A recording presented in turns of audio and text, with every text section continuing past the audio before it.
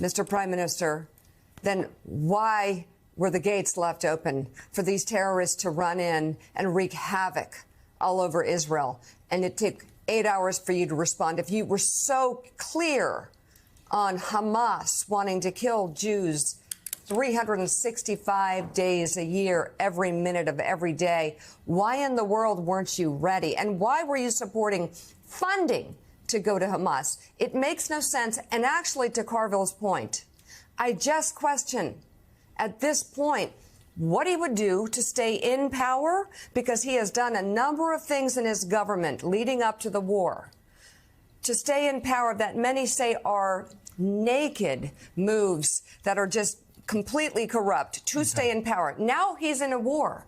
Oh, you can't move him now because we're in the middle of a war.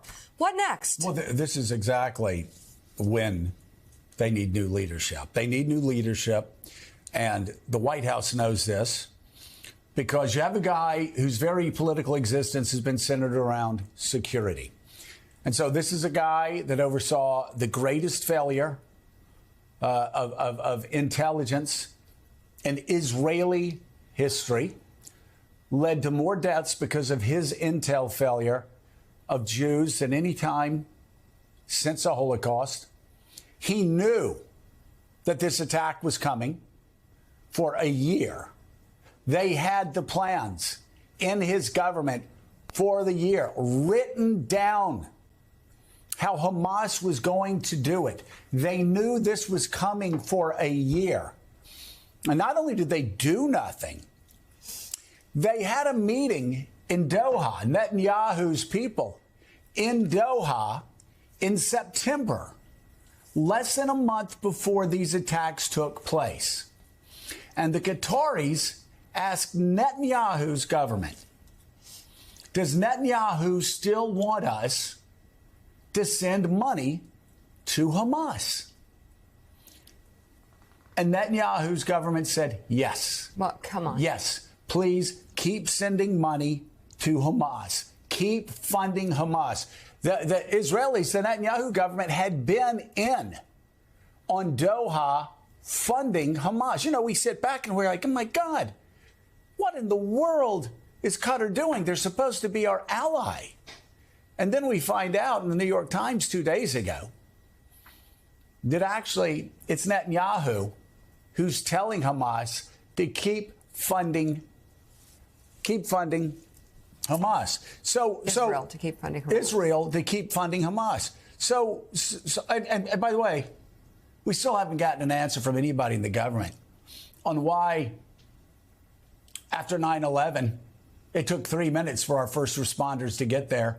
After a school shooting in Nebraska, it took 3 minutes to lock the school down, 5 minutes for the cops to have the place surrounded, 10 minutes to shut down the entire town. And that's the story across America. There is no answer. They have no answer. They have no, and this whole thing, I will worry about that. No, this is what we keep getting told. A guy that was so incompetent that he allowed the worst killing of Jews since the Holocaust. He knew the attack was coming for a year and did nothing about it. He told Qatar to send hundreds of millions of dollars to Hamas weeks before the attack. And then when the attack came, he didn't do a damn thing for 8 hours while women were getting raped, while concert goers were getting butchered, while old women were being taken hostage. Live on Facebook? While young boys were seeing their parents shot dead. And this is Netanyahu's government. Richard Haas, this whole security argument doesn't work. And James Carville is exactly right. It's something that I keep asking myself, and they go, oh, we can't do anything until after the war. You have a guy that allowed this to happen. It was on his watch. He asked Doha to fund Hamas. His government waited 8 hours to go down and answer the calls of women being raped and children being gunned down.